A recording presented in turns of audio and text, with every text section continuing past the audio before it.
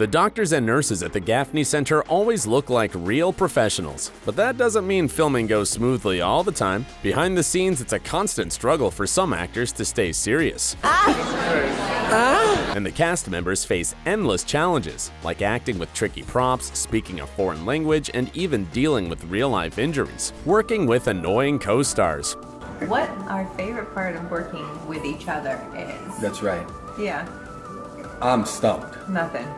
We've all heard stories of on-screen love interests who don't get along in real life. Or sometimes we're surprised to discover what really went on behind a serious, sad, or dramatic scene. Well, this is partly true for everyone's favorite former couple, Manstead. Nick Gelfus, who plays Dr. Halstead, loved annoying Dr. Manning's Tori DeVito when she was still on the show. I like Will. I like Will in the morning. I swear he's not drunk. This is just every day, all day. I wish Will was my only patient. The secret behind a truly ship-worthy relationship is chemistry between the actors, right? Yeah, and these two certainly do not suffer from a shortage of chemistry or banter. Tori's main complaint used to be that Nick's a bit of a goofball. This often made it really tough to keep a straight face during serious scenes. There's no doubt that DeVito and Gelfus have a really close bond, and though he might have annoyed her at times, she certainly gave him a bit of his own medicine.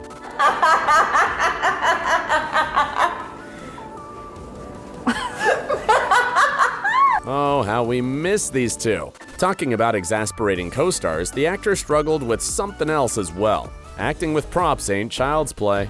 They intubate their patients, do CPR, and perform many other complicated tasks. And all the while, the Chicago Med actors make it look so darn easy. But in reality, learning how to use the tools real doctors work with was pretty tough. Speaking with a stethoscope in your ears and acting with putting on those gloves that don't glide on seamlessly, it's just ridiculous. There were probably loads of retakes to get it just right, and we actually wish there was a gag reel. It's not just us. The cast also said it's a pity that Chicago Med doesn't really do bloopers. Ah well, at least lots of secrets have been spilled in interviews, like the one thing DeVito can't stomach. See, the actors figured out a trick to get those gloves on, and it's baby powder. But if the stuff's not on an actual baby, the smell totally creeps her out. Hearing that, we're wondering how she copes with all the blood and gore. Turns out Tori's okay with blood, but other bodily fluids are too much for her, like in that one elevator scene. And when he threw up in the elevator seat, you can even ask Jesse Spencer, I did almost gag.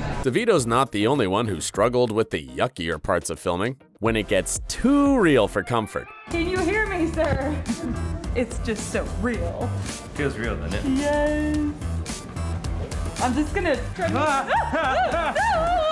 sorry, sir. Viewers who watch medical dramas probably don't expect everything to be true to real life. Of course, plenty of actual medical professionals also watch hospital dramas, and they often cringe when they spot all the glaring mistakes. That said, you'd be pleased to know that, compared to other popular shows, Chicago Med scores an impressive 8 out of 10 for accuracy. This is thanks to show creator Dick Wolf's commitment to being as realistic as possible. What's more, the writers follow the rule that only published cases can be used. Also, to get a feel of the medical world, the actors got to shadow non-fake doctors in a real hospital. And to keep the medical stuff looking real, the series has a long-time medical advisor.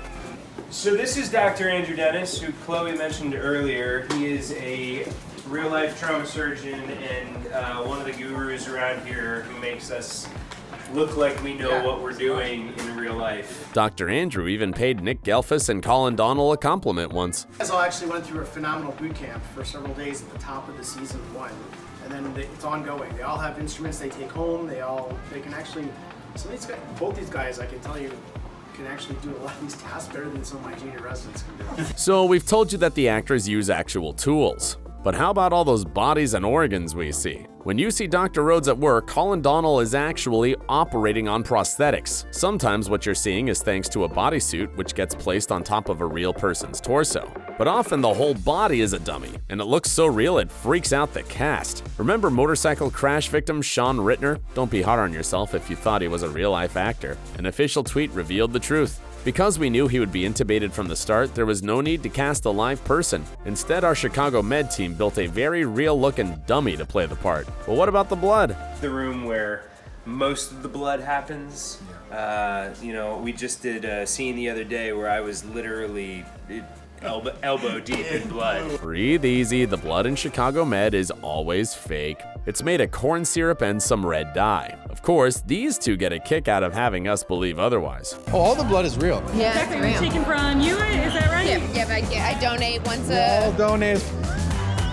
Thank goodness they're not contractually obligated to donate blood, but there's something else that is written into the cast's contracts. Keep a lid on those spoilers.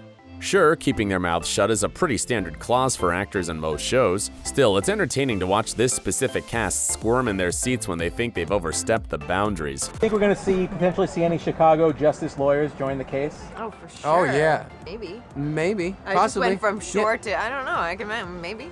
Absolutely not. Or when they stop each other from breaking the rules. Right? They're going to start happy. I think, don't say anymore, don't say anymore, Troy, you've already said too much. For the most part, it wasn't that hard to prevent spoilers because the cast rarely knew that far ahead. But in the more recent seasons, the actors faced a massive challenge, and the COVID pandemic probably had a lot to do with it.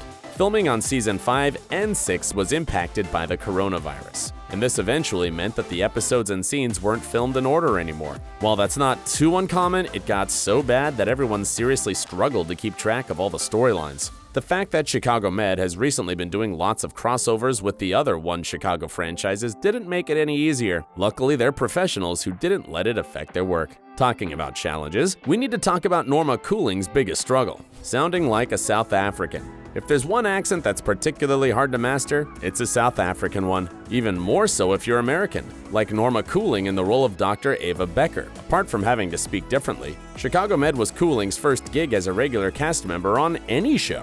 It was a huge, terrifying adjustment for her, so let's cut her some slack. To nail the accent certainly was not easy, and she only had a week to learn it before they started shooting. Luckily, she was surrounded by wonderfully supportive people who became like her family. On another note, many fans are still upset about Dr. Becker's unexpected storyline and think the character deserved better, and that's not the only one who left too soon. The most shocking casting shakeups have definitely been saying goodbye to Dr. Rhodes, Dr. Manning, and Nurse Sexton. In addition, no one's too happy about Dr. Choi's extended absence as a result of his season 6 injuries. But let's not linger on things we can't change, but rather check out the most hilarious cast challenge. Learning to speak doctor. You know when Ethan rushes into the trauma room and calls out orders that sound like a foreign language? Well, it's kind of like that for the actors too, who feel like they had to learn a whole new language. Brian T. admits that it's a different world. The way these real doctors really pull it off is really unbelievable.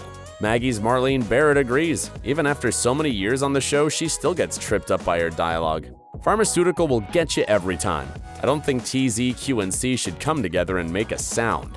In turn, DeVito admits that single words are still fine. The real trouble starts when you have to join words together. At least Tori spent 6 seasons on Chicago Med, so she had some time to practice. But can you imagine how tough it must have been for the new doctor? Hi, doctor. I wish you could be my doctor. Hello.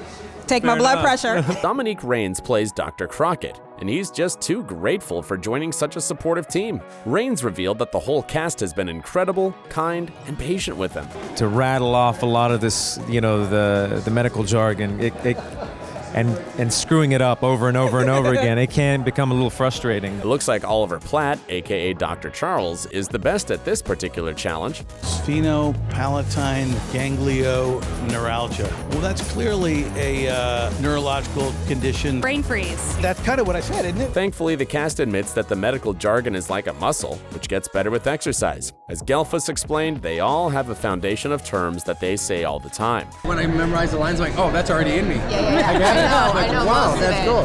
Yeah, I yeah. am a doctor, basically. Look, we wish we had more time. But just before we go, did you know about all the violence on the set? Destruction and mayhem.